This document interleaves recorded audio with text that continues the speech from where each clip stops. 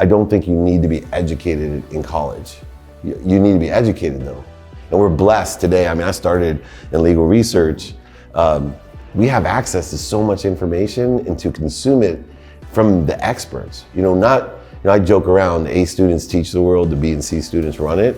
I want to learn from the B and C students, the ones that are running it. The Matt Higgins of the world, that got a GED, but he's the executive vice president of Ross Ventures, And today I was with, a good friend who's the COO of the Atlanta Hawks. He went to Columbia, then he got an MBA from Stanford. Those are they work together.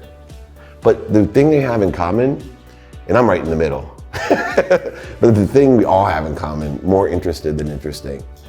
Right, wherever you're gonna get your knowledge, you should always be expanding your skill set consistently every day. Your knowledge, you should be especially at 19, if you're not asking, I love the fact you're the first one to ask the question. If you're not sucking in, hey, how did you do this? What do you think of this? Because it's beyond the decisions you make, it's the assumptions that you're making to make those decisions that's so important. And how can you learn what to assume unless you're seeking that knowledge in order to scale the business? So take the advice that you like, that feels right to you. Scale a business, there's 3 ways to scale a business. Number 1, before you take the 3 steps, detach yourself from the outcome. Building a business is an evolution, not a revolution. Staying in business is the key to business. As long as you're in business tomorrow, you got your lottery ticket. It may take you 8 months to be a $1 billion company. It may take you 80 years. Whether it's 8 months or 80 years, you're a fucking genius. You're a genius when you're a billionaire. Who cares how long it took? It's enjoying that journey. So here's the 3 steps. 1, there's an investment phase. The investment phase is understanding that I'm not gonna make any money. That means I might be sleeping on a couch. I might borrow money. I might raise money, but I'm gonna make that investment in myself. And then I'm gonna start having to invest in other people as I scale. So even today, after 10 years, Warren Moon, our business together, I still break down a new employee to scale my business, a new location to scale my business, a new business unit to scale my business. What's the investment that's needed? How much money, time, resources is it going to take until one thing happens? Break even, right? Scaling is not even about profit, right? If I could have 1 million employees and break even on them, eventually I'll make a lot of money, right? Then I start monetizing, how do I make $5 off of each of my employees? Now I'm what's called the execution phase. So that's why for me, one of the investment stages of scaling my business is my personal brand.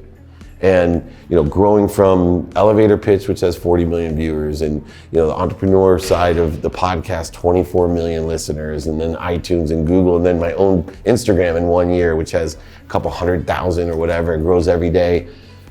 That's my investment. I don't care how much it costs, because I know whether it's when I'm 60, 70, or 80, if I ever want to monetize my following, and it's 1 million people, all I have to do is figure out the profitability tied to my purpose and passion, $5 a person every year. I have a nice annuity, right? That's just 1 million. I know I'll be way over 1 billion, right? But I don't need to monetize it. So my thing is, I'm gonna scale my business by investing in what? Giving my books away for free, shipping them, paying for shipping. I make the investment in my following so they learn something. So if the day ever comes that says, hey, following, I wrote a new book and I need you this time, do you guys mind buying it? I'm gonna donate part of it to charity and I'm gonna sliver off $5 for me. And the way that I am, I'll let my audience know that. Hey, this is what I'm making. If you think it's fair, then invest in me back. That's the execution, the second phase, execution of scaling a business. I always have a goal in executing a business that first I make the investment to break even to try to make 3 times what my investment was. Then when I make 3 times what my investment is, it's called the equity phase. That equity phase is that annuity, the thriving.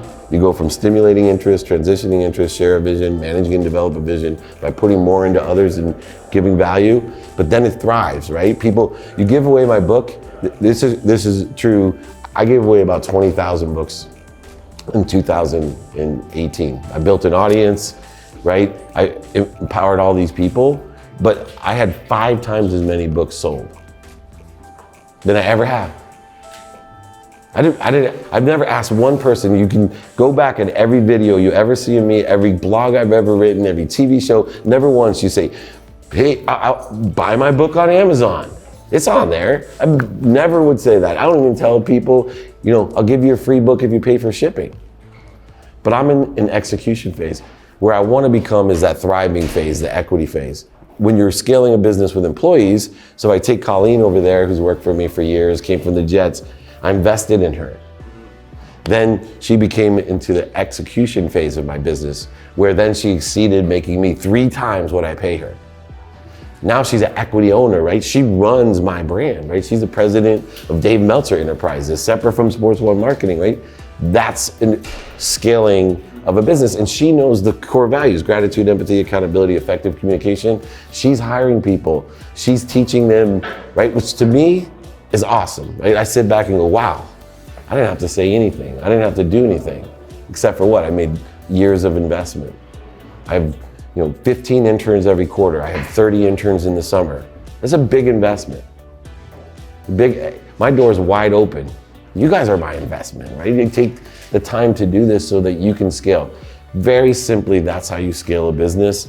But the key, like I said, detach from your outcome. The minute you create resistance in your life by saying, oh, I gotta be $1 million business by the end of next year, you're dead in the water.